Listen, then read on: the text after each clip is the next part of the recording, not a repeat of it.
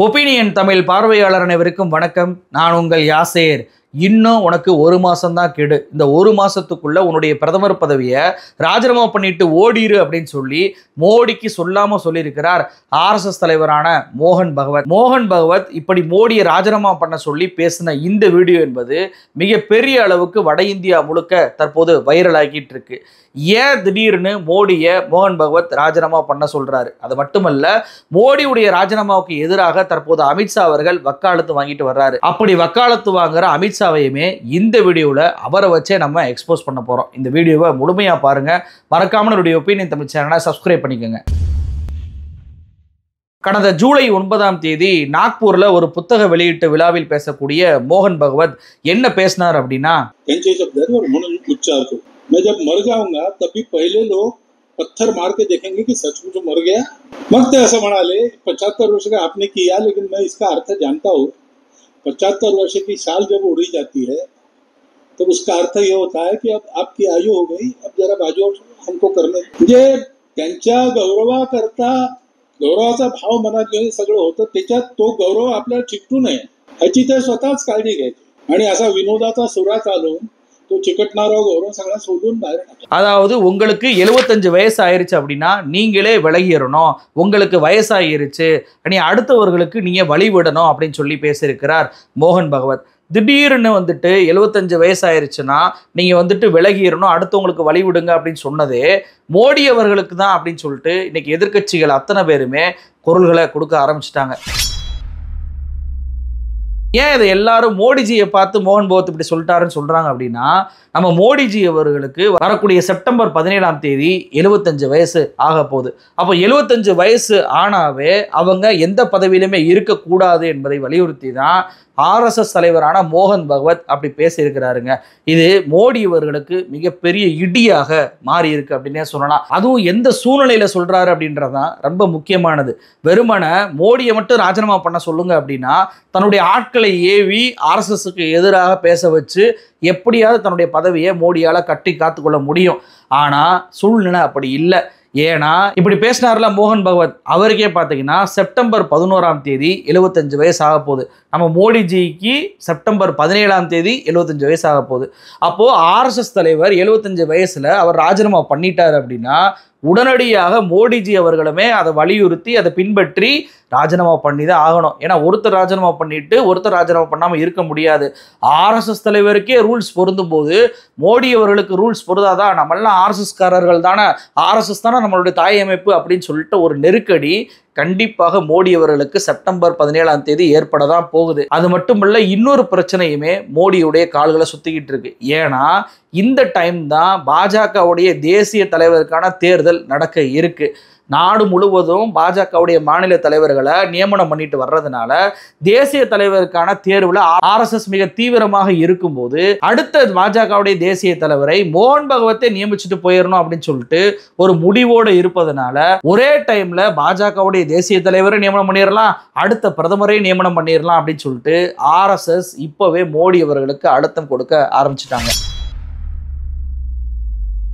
அப்போ மோகன் பகவத்துடைய ஓய்வும் புதிய தேசிய தலைவருடைய தேர்வும் மோடி அவர்களுக்கு மிகப்பெரிய அழுத்தமாக மாறி இருப்பதனால எப்படி LK அத்வானி, முரளி மனோகர் ஜோஷி, சுமித்ரா மகாஜன், ஜஸ்வந்த் சிங் அப்படின்னு சொல்லிட்டு பலரை 75 வயசை காரணம் காட்டி அவங்களுக்கு சீட்டு கொடுக்காம அவங்கள எந்த ஒரு எலெக்ஷன்லையுமே நிறுத்தாம மோடி தடுத்து நிறுத்தினாரோ அதே ரூல்ஸ் இப்ப அவருக்கு அப்ளை ஆக போகுது. RSS கொடுக்கிற இந்த அழுத்தத்துக்கு மோடி அவ்வளவு ஈஸியா பணிஞ்சிருவாரா? பதவி வெறி பிடிச்ச மோடிஜி அவர்களால அவ்வளவு ஈஸியா பதவியெல்லாம் தூக்கி போட்டுற முடியாது.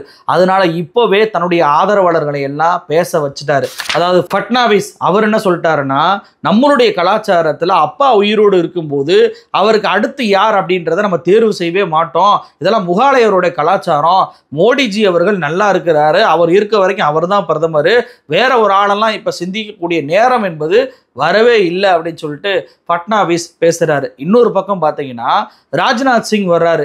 இவர் என்ன சொல்றாருன்னா, ஏங்க அப்படி ஒரு விதி பாஜக இல்லைங்க, நான் தேசிய தலைவராகவே இருந்தேன், நான் அழுத்தமா சொல்றேன், அப்படி எந்த ஒரு ரூலுமே பிஜேபியில இல்லை, மோடிஜி அவர்கள் தான் பிரதமராக இருப்பாரு அப்படின்னு சொல்லிட்டு அவர் தன்னுடைய பங்குக்கு பேசுறாரு. இன்னொரு பக்கம் மோடிஜியுடைய வலது கையான உள்துறை அமைச்சரான அமித்ஷா அவர் என்ன வந்து சொல்றாரு அப்படின்னா 75 வயசுல ராஜினாமா பண்ணணும் அப்படின்ற ஒரு விதி பாஜகவுடைய பைலால இல்லவே இல்லை. பாஜக பைலால இல்லாத ஒரு விஷயத்த எப்படி நாங்கள் ஃபாலோ பண்ண முடியும் அப்படின்னு சொல்லிட்டு அவர் ஒரு ஸ்டேட்மெண்ட்டை கொடுக்குறாரு. அமித்ஷா பொறுத்த வரைக்கும் இதே ஸ்டேட்மெண்ட்டை தான் மே 2023 கொடுத்தாரு. அரவிந்த் கெஜ்ரிவால் வந்துட்டு மோடி அவர்கள் 75 வயசுல ராஜினாமா பண்ணிடுவாரு, அதனால அவருக்கு ஓட்டு போடாதீங்க, அடுத்த பிரதமர் வேற ஆளு அப்படின்னு சொல்லி பிரச்சாரம் பண்ணாரு. இதனால பயந்து போன அமித்ஷா இந்தியா கூட்டணி பொய் சொல்லி பிரச்சாரம் பண்றாங்க, மோடி அவர்கள் தான் 2029க்கு பிரதமர் வேட்பாளர் அப்படின்னு சொல்லிட்டு ஒரு பிரச்சாரத்தை அப்போதே வந்து சொல்லியிருந்தாரு. ஆனா இதே அமித்ஷா 2019 தேர்தல்ல என்ன சொன்னாரு தெரியுமா? पार्टी के साथियों के साथ बैठकर निर्णय करेंगे। अभी जो फैसला हुआ है वो यही है अब तक कि इनको जिम्मेदारी 75 वर्ष के ऊपर के लोगों को नहीं। 2019 நடந்த பிரஸ் மீட்லேயே அவர்கிட்ட கேட்கக்கூடிய அந்த 75 வயசு கேள்விக்கு மிக தெளிவாகவே ஆமாங்க 75 வயசுக்கு மேலே ஆயிடுச்சு அப்படின்னாவே பிஜேபியில் சீட்டு கிடைக்காது அப்படின்னு சொல்லி அமித்ஷா அவர்கள் மிக தெளிவாக சொல்றாரு. ஏன்னா அந்த தேர்தல்லாம் பார்த்தீங்க அப்படின்னா அத்வானியா இருக்கட்டும், முரளி மனோகர் ஜோஷியா இருக்கட்டும், இவங்களுக்கெல்லாம் சீட்டு கொடுக்காம விட்டாங்க. ஏங்க இப்படி சீனியருக்கு சீட்டு கொடுக்கல அப்படின்னு சொல்லி கேட்கும்போது தான் இந்த வார்த்தையை அமித்ஷா அவர்கள் பயன்படுத்தினார். வெறுமனே இந்த பிரஸ் மீட் மட்டுமல்ல, த வீக் அப்படின்ற ஒரு ஊடகத்திற்கு 2019 தேர்தல் பிரச்சாரத்திலேயே அமித்ஷா அவர்கள் கொடுக்குற ஒரு பேட்டி, அந்த பேட்டியிலையுமே 75 வயசு ஆயிடுச்சு அப்படின்னா அவங்களுக்கு கட்சியில் வந்துட்டு டிக்கெட் கொடுக்க மாட்டோம், அதாவது சீட்டு கொடுக்க மாட்டோம், இது கட்சியுடைய ரூல்ஸ் அப்படின்னு சொல்லி அமித்ஷா அவர்கள் பேட்டி கொடுத்திருக்கிறாரு. சரிங்க, வெறுமன சீட்டு தானே கொடுக்க மாட்டாங்க, இப்ப பிரதமர் மோடி வந்து பதவியில தானே இருக்கிறாரு, உடனே இடையில பதவியை பறிச்சிட மாட்டாங்கல்ல, வேணும்னா 2029 தேர்தலில் வேணா சீட்டு கொடுக்காம தவிர்க்கலாம்ல, அப்படி பாருங்க அப்படின்னு சொல்லி நீங்க சொன்னீங்கன்னா அதுலயுமே இந்த அமித்ஷா அம்பலப்பட்டு தான் போறாரு. ஏன்னா 2014 இருந்து 2016 வரைக்கும், அதாவது மோடிஜி அவர்களுக்கு அப்புறம் குஜராத்துடைய சிஎம் ஆக இருந்தது யாருன்னு பார்த்தீங்க அப்படின்னா ஆனந்தி பென் பட்டேல் தான். இவருக்கு நவம்பர் 2016 75 வயசு ஆக போச்சு. இப்படி 75 வயசு ஆக போகுது அப்படின்னோடனே ஆகஸ்ட் 1 தன்னுடைய பதவியை ராஜினாமா பண்ணுவதாக அவர் அறிவிச்சார். நாளே நாளில் அந்த ராஜினாமா கடிதத்தை கவர்னரும் ஏற்றுக்கொண்டார். அதற்கு காரணமாக ஆனந்தி பென் பட்டேல் என்ன தெரியுமா சொன்னாரு? ஒரு வீடியோ காட்டுறேன் பாருங்க. पिछले कुछ समय से पार्टी में 75 वर्ष की आयु के बाद वरिष्ठ कार्यकर्ताओं ने अपनी स्वैच्छिक निवृत्ति से मुक्त होना स्वीकार करके एक अभूतपूर्व परंपरा आरंभ की है। ये सबके लिए उदाहरणीय और अनुकरणीय है। इसकी वजह से आने वाली पीढ़ी को कार्य करने का अवसर मिलेगा। मेरे भी नवंबर में 75 साल पूरे हो रहे हैं, लेकिन 2017 के अंत में, அதாவது எனக்கு 75 வயசு ஆயிருச்சு, அதனால கட்சி விதிப்படி என்னால இந்த பதவியில் இருக்க முடியாது, அதனால என்னுடைய முதலமைச்சர் பதவியை நான் ராஜினாமா பண்றேன் அப்படின்னு சொல்லிட்டு சிட்டிங்ல சிஎம் ஆக இருக்கும் போதே தன்னுடைய பதவியை ராஜினாமா பண்ணிட்டு ஓய்வு அறிவித்தாரு ஆனந்தி பென் பட்டேல்.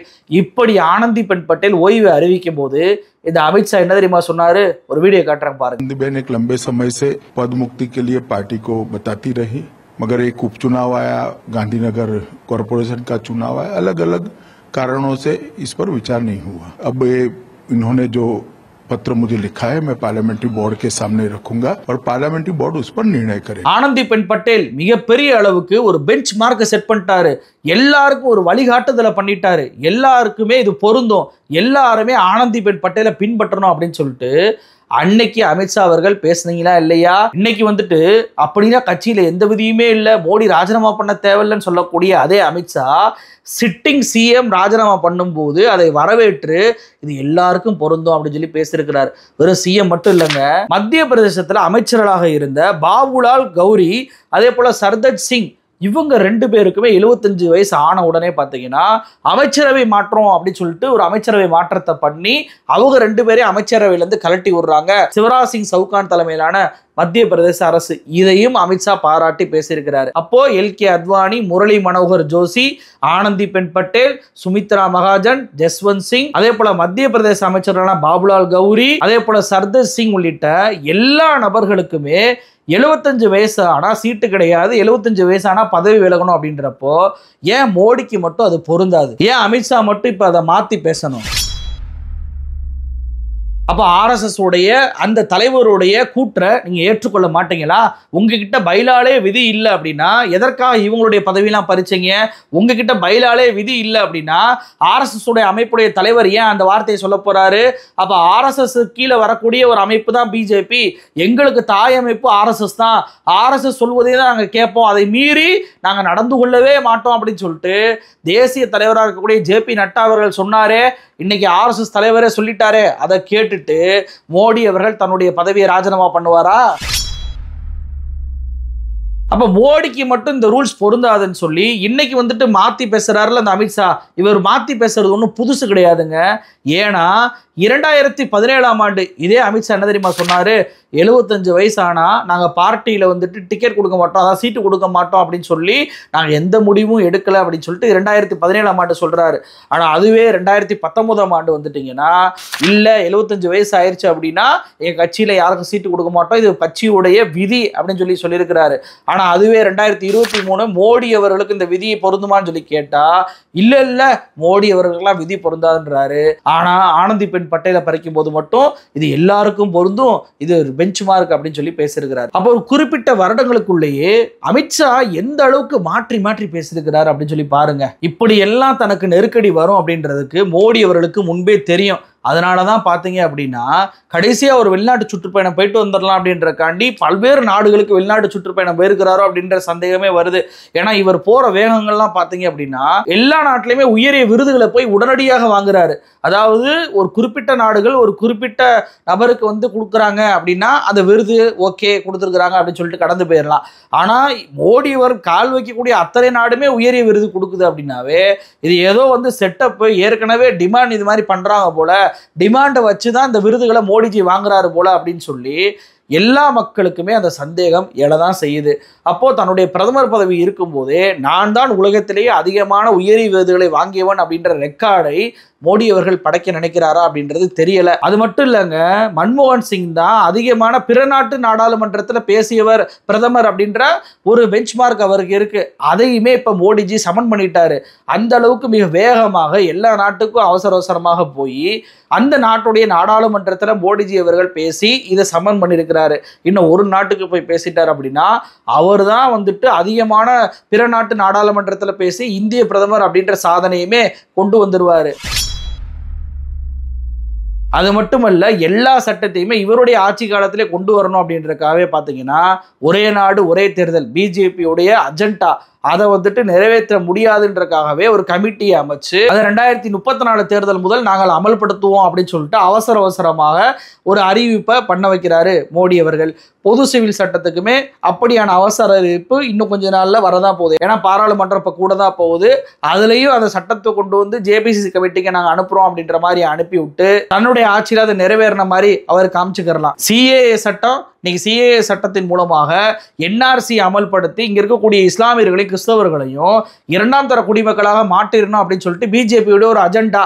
அந்த அஜெண்டாவை இன்னைக்கு தேர்தல் ஆணையத்தின் மூலமாக பீகார் தேர்தலில் இருந்து இன்னைக்கு ஒட்டுமொத்த நாடு முழுவதும் அதை அமல்படுத்த போறோம். முஸ்லிம்களுக்கும் கிறிஸ்தவர்களுக்கும் பட்டியல் சமூக மக்களுக்கும் பிற்படுத்தப்பட்ட மக்களுக்கும் ஏழை மக்களுக்கும் வாக்குரிமை இல்லாம நாங்க பண்ணிடுவோம் அப்படின்ற பிஜேபி அஜெண்டாவையுமே அவசர அவசரமாக தேர்தல் ஆணையத்தின் மூலமாக அவர் திணிப்பதை பார்க்க முடியுது. அப்போ ஒரு பக்கம் மோடிஜி அவர்களுக்கு தன்னுடைய பதவி பறிபேறுமோன்ற பயமும் இருக்கு, இன்னொரு பக்கம் ஆர்எஸ்எஸ்க்கு எதிராகவே தன்னுடைய ஆட்களை பேச வச்சு இல்லப்பா மோடி அவர்கள் தான்ப்பா 3 முறை பிஜேபி ஜெயிக்க வச்சிருக்கிறாரு, அவரால் தான் நம்ம பிஜேபி ஆட்சியிலே இருக்கிறோம், வேறு ஒரு நபர் வந்துட்டா அந்த ஆட்சியெல்லாம் கண்ட்ரோல் பண்ணி கொண்டு போக முடியாது, ஏற்கனவே நிதிஷ் நாயுடுன்னு சொல்லிட்டு 2 பேருடைய ஆதரவுல தான் நம்ம ஆட்சி அமைச்சிருக்கோம், அவங்கள கண்ட்ரோல் பண்ணி போகக்கூடிய திறமையெல்லாம் மோடிஜியை விட்டா யாருக்கும் கிடையாது, அதனால மோடிஜியை தொடரட்டும் அப்படின்னு சொல்லி ஒரு எண்ண ஓட்டத்தை ஒரு கருத்தாக்கத்தை மோடி அவர்கள் தன்னுடைய ஆட்களை விட்டு ஏவி இன்னைக்கு சமூக வலைதளமா இருக்கட்டும் மீடியாக்களா இருக்கட்டும் பேசவும் எழுதவும் வச்சுட்டு இருக்கிறாரு. ஆனா